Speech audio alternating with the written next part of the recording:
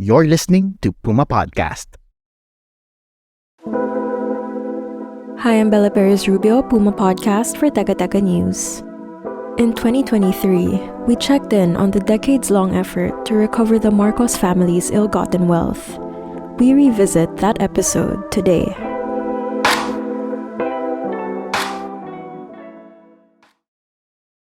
We're talking about families that had 21 years to hide the paper trail, the money trail, all the trails of their crimes, and then flee. That's Ruben Carranza, a former commissioner of the Presidential Commission on Good Government, or PCGG, the agency tasked with chasing after and recovering billions of dollars worth of the Marcos family's ill-gotten wealth. It has not been easy. At the end of the day, justices of the Philippine Supreme Court, judges in the Sandigan Bayan, they really have to decide whether they remember what a dictatorship is and understand the absoluteness of the power of a dictator to commit crimes. It's been a long, tiring, frustrating road, but there have been wins. Ruben walks us through decades-long efforts, how far we've gone, and how far the Philippines is from fully recovering what was stolen.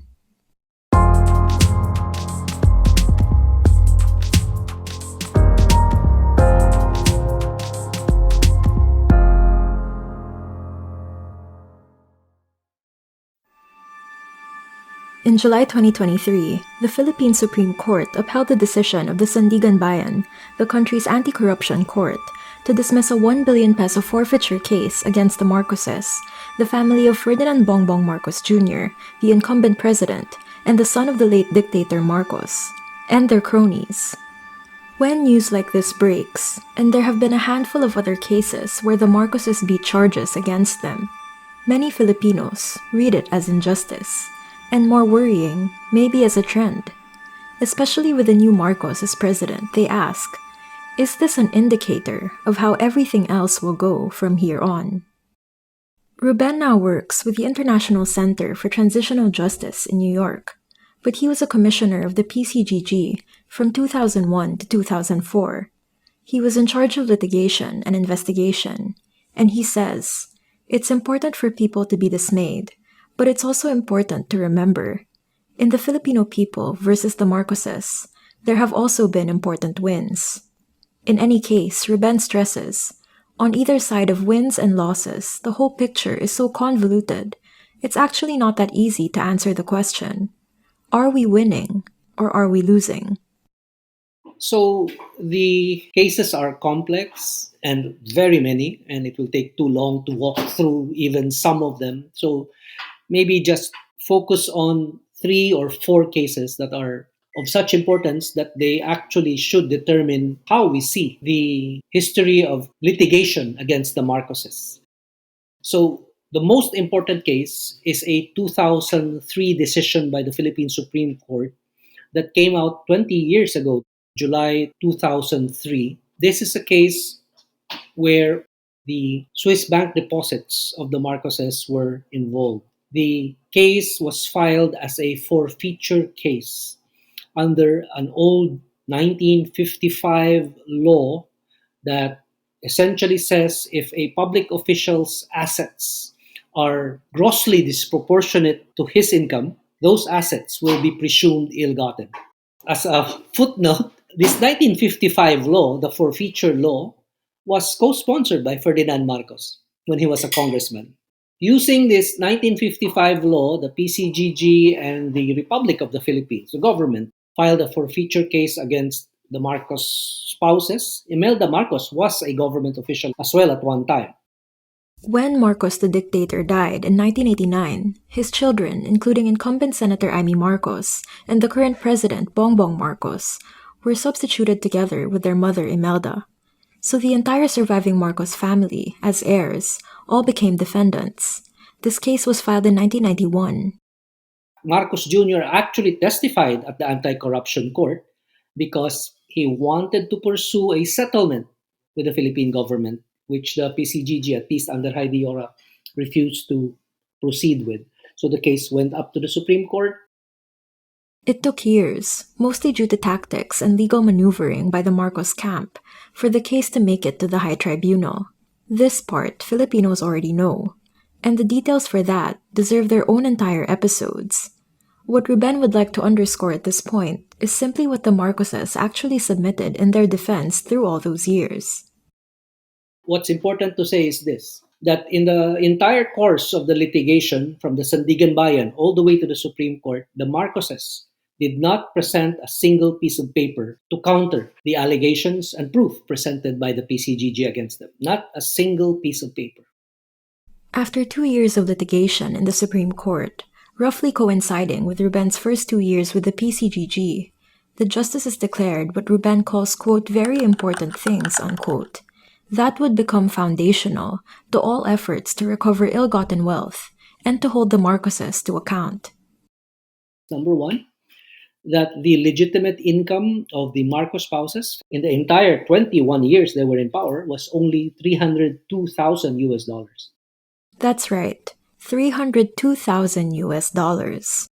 The total amount of ill-gotten deposits in Swiss banks in the names of about 14 so-called foundations established by Imelda Marcos, $680 million as of that year, 2003.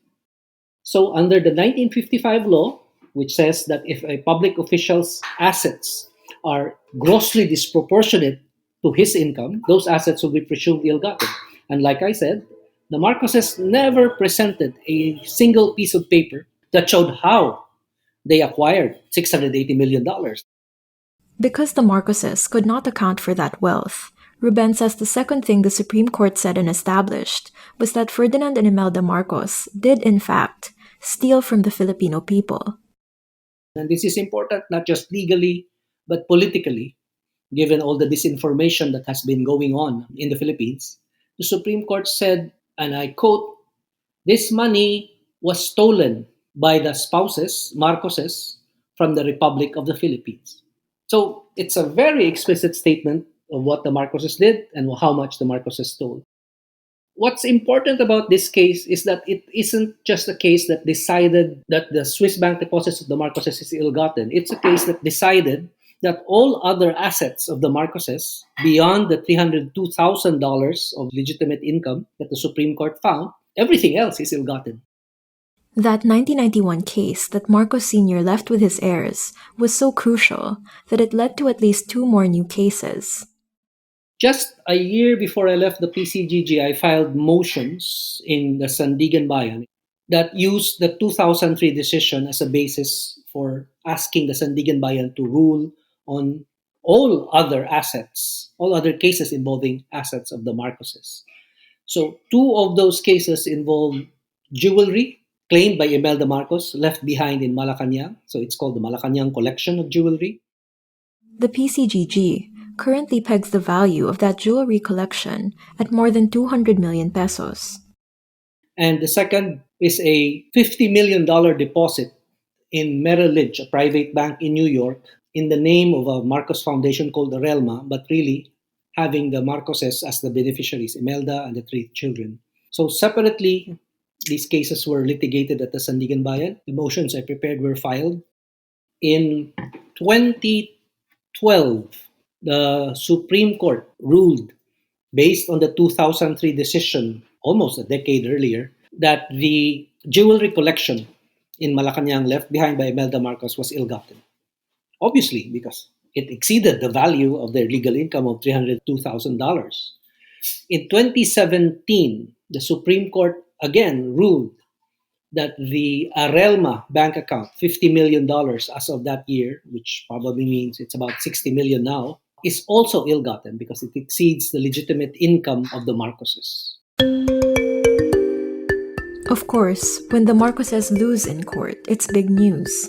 Philippine governments have been trying to recover billions of dollars in documented stolen assets since Ferdinand Marcos Sr. was ousted by People Power in 1986. When the Marcoses do win in some cases, however, that too is big news. Given the return of a Marcos to the most powerful post in the Philippines, it is arguably a bigger headline. And indeed, the most recent development is what dominates Filipinos' concerns or sense of where the cases currently stand. Of course, you also have a plethora of ill-gotten wealth cases that involved the Marcoses but were directly filed against Marcos cronies. That's the case that we wanted to discuss, the Tantoco case. The Tantoco case is indeed what we referred to at the top of this podcast. The Supreme Court upheld the dismissal of a 1 billion peso forfeiture case filed against the Marcoses and their cronies, in this case, the Tantocos of Rustan's fame. Ruben understands the public concern, but he stresses that people could be misled into missing the big picture. It is a picture that, admittedly, started off so big, so ambitious, so complex, with so many elements, that yes, one could get lost in each detail.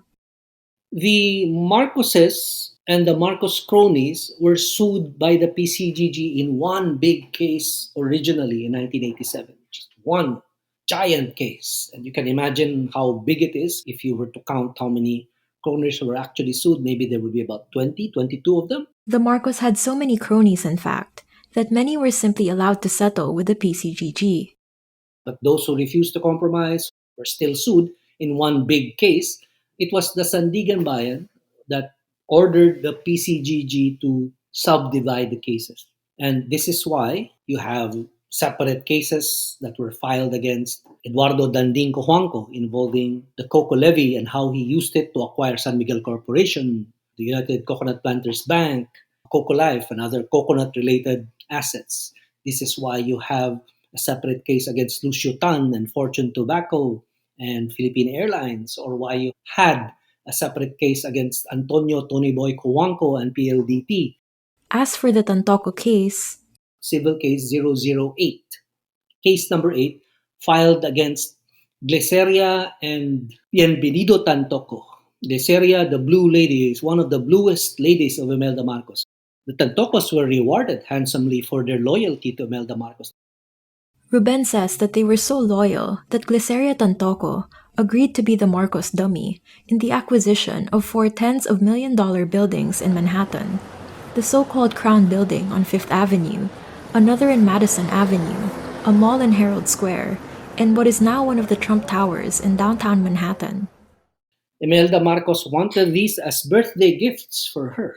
In 1981 to 1982, at that time, Filipino children were dying of malnutrition in Negros because the price of sugar collapsed. And in a province that was completely reliant on exporting sugar, they were dying. Imelda Marcos was busy shopping for skyscrapers in Manhattan, and Glyceria Tantoco was the one who signed those contracts on her behalf.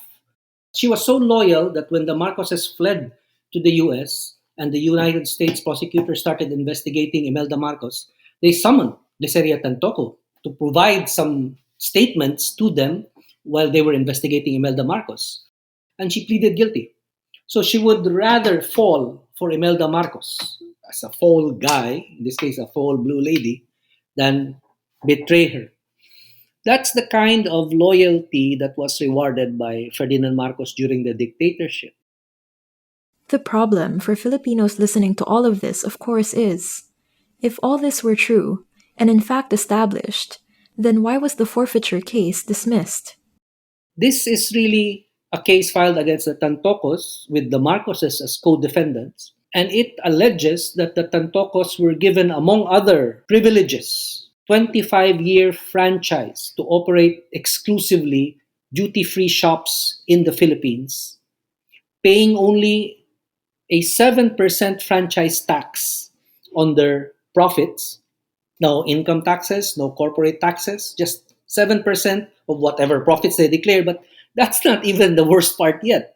This 7% that they were supposed to pay as taxes for the franchise of 25 years, only 2% would go to the government. Where did the 5% go? The case filed by the PCGG says the 5% went to private foundations headed by Imelda Marcos. In 2019, the Sandigan Bayan said there is not enough evidence on that score. And last month, the High Court agreed. The Supreme Court said there's no proof that this goes to Imelda Marcos' owned foundations. There's no document that was submitted. There's no testimony that was given. I don't know what kind of lawyer you have to be a Supreme Court justice who says that, because the very decree that Ferdinand Marcos signed in 1977 granting this exclusive duty-free franchise to the Tantocos specifies the foundation to which this 5% goes to. It's the nutrition center of the Philippines. Is it so hard to find out who headed the nutrition center of the Philippines in 1977? It was Imelda Marcos who sat as chair of the Nutrition Center of the Philippines. So that's the case. The Sandigan Bayan dismissed that and said, all you submitted were copies of documents, not originals. All you presented were four people to testify, claiming that, as usual in many of these Marcos cases, that, the PCGG submitted photocopies only. Nobody ever bothers to ask, where would the originals be?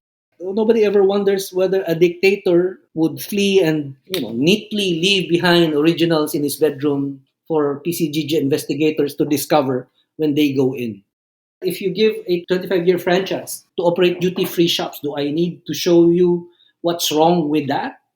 Maybe I do, but do you expect me to show you a transcript of the conversation between Imelda Marcos and Gliceria Tantoco or Ferdinand Marcos and Lucio Tan saying, Lucio, compare, I will give you the privilege of printing your own stamp so you can make money and then give me some of it, which, by the way, is what Marcos Jr. claims. He claims that 60% of the assets of Lucio Tan belong to the Marcos family.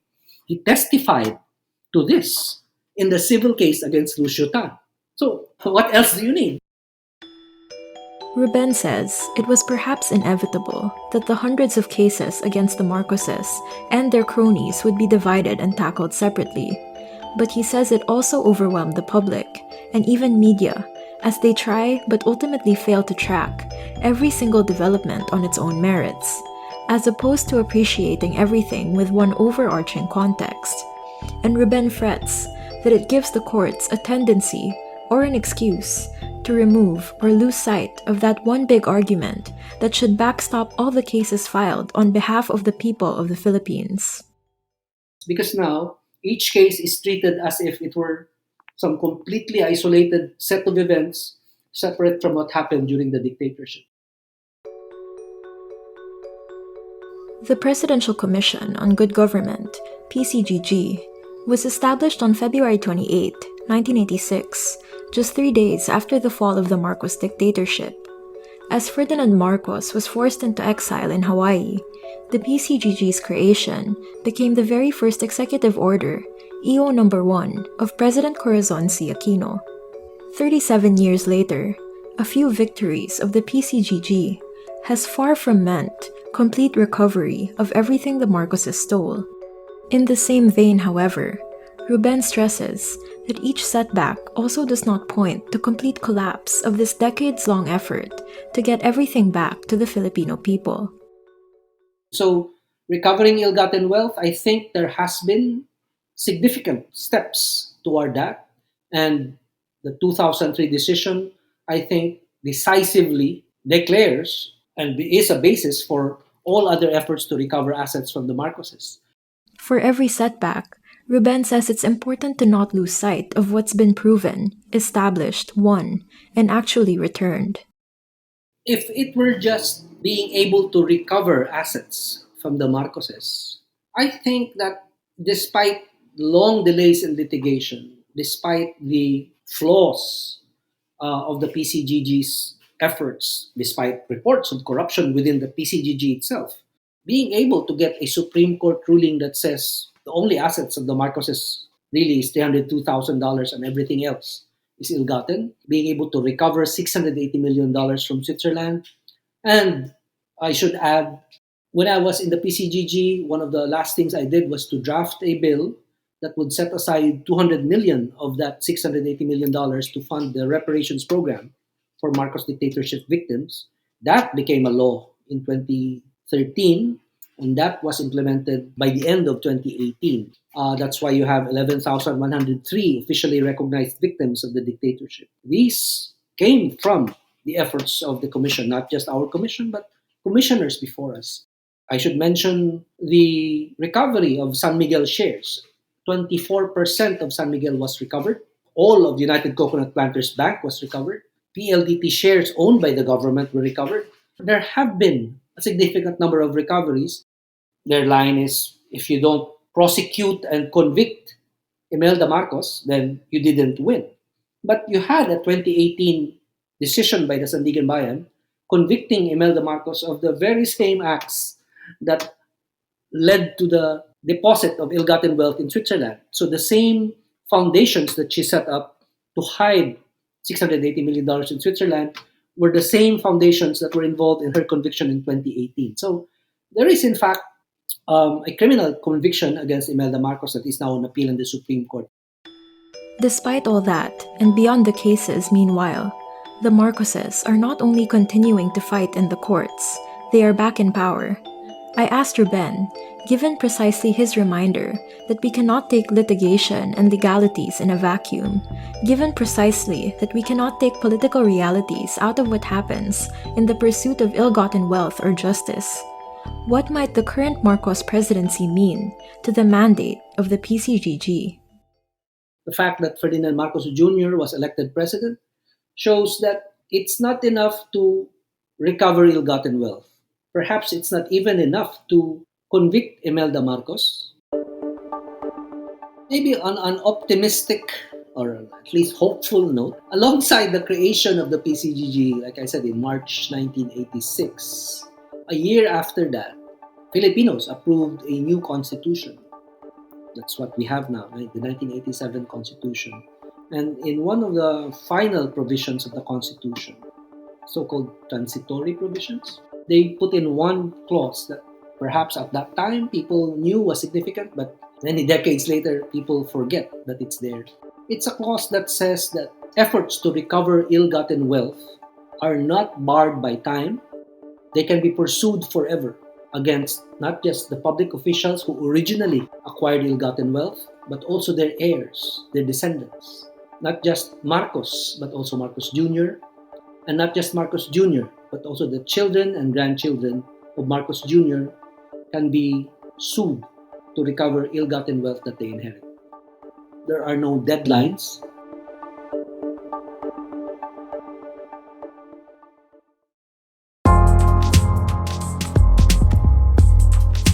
And that was today's episode of Teka Teka News. Again, I'm Bella Perez Rubio. This episode was edited by Joe Salcedo. Our executive producer is Jill Caro, and our senior news editor is Veronica Uy. Follow Teka Teka News on your favorite podcast app, or listen to us for free on YouTube. And if you're watching this on YouTube and you like this episode, please take the time to click the like button and subscribe to our channel. Thanks for listening.